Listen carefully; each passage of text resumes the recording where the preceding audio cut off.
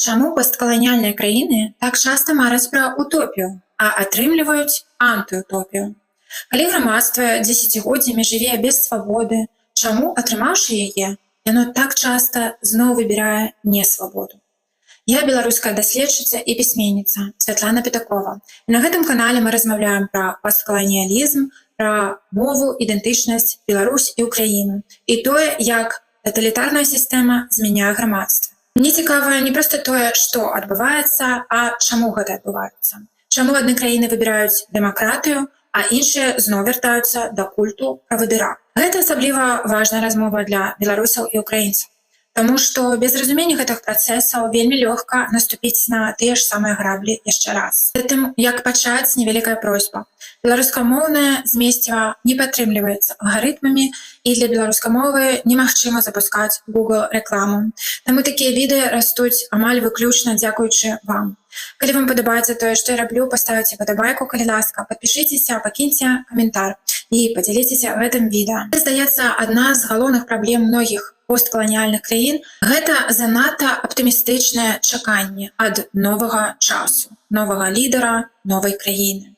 Пасля падзення імперыі людзі часта чакаюць, што вось цяпер усё стане добра, што дастаткова пазбавіцца дыктатуры, атрымаць незалежнасць і правесці выбары, і жыццё само сабой пачне наладжвацца. Гэта вельмі зразумелае чалавечае жаданне.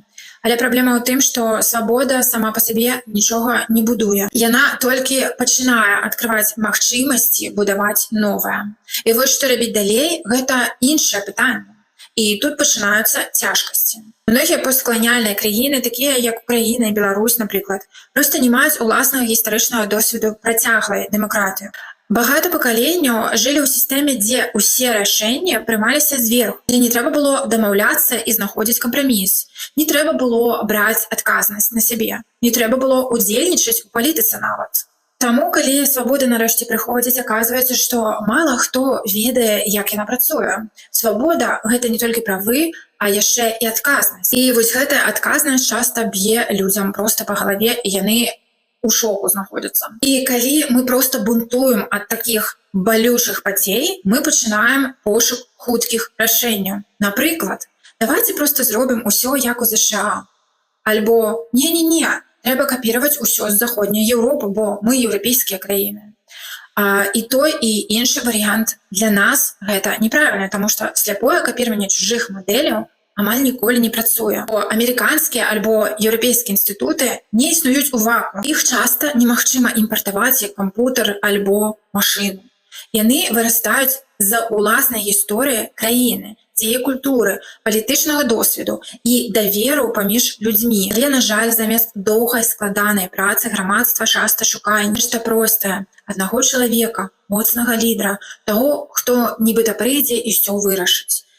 І вось гэта зноў такі небяспечны момант, бо замест дэмакратыі людзі пачынаюць будаваць новую версію таго, ад чаго толькі што ўцяклі, але яны гэтага не памячаюць. Яны пераконваюць сябе, што на гэты раз усё будзе інакш. Гэты правадыр добры, ён не такі, як дыктатар да яго, ён точна навядзе парадак. Гэта вельмі знаёмы сцэнар, таму што нашы мазгі працуюць па прасцейшаму сцэнарыю, што здаецца прасцей, тое яны і будуць рабіць. І, на жаль, гісторыя паказвае, што заканчваецца гэты сцэнар амаль заўсёды аднолькава. Утопія ператвараецца ў антыутопію. Бо, звычайна, калі аддаецца ўлада аднаму чалавеку, рана ці позна ён пачынае будаваць сістэму ўжо не для грамадства, а для захавання ўласнай улады. Таксама праблема посткаланіяльных краін, мне здаецца, у тым, што яны мятаюцца з боку ў бок, як маятнік.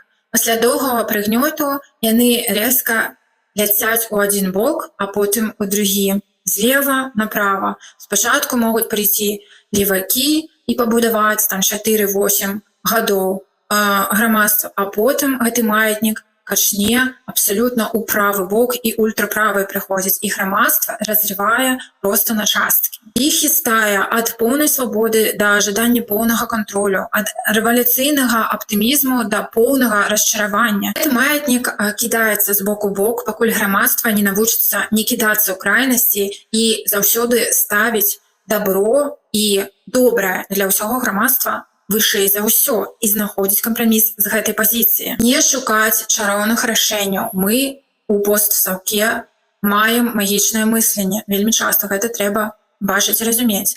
Мы часта чакаем утопіі. Мы верым і закохваемся ў ідэальных правадыроў. Але дэмакратыя – гэта працэс і пастаянная праца. Звычайна, што не вельмі хочацца цяжка працаваць. Гэта нармальна. Нам трэба налаштавацца на тое, што мы будзем будаваць, гэта будзе цяжка, і ўсё будзе адбывацца не так хутка, як нам хочацца зараз. І свабода як навык, як барацьба штодзённа, яна будзе прыходзіць паступова. Дзякуй, што даглядзелі відэа да канца. Я веру, што беларусы і украінцы могуць разам будаваць будучыню, заснаваную не на імперыях, не на кульце правадыра, не на страху, а на свабодзе, узаемнай павазе і сапраўднай моцнай перспектыве. Да сустрэчы ў новым відэа.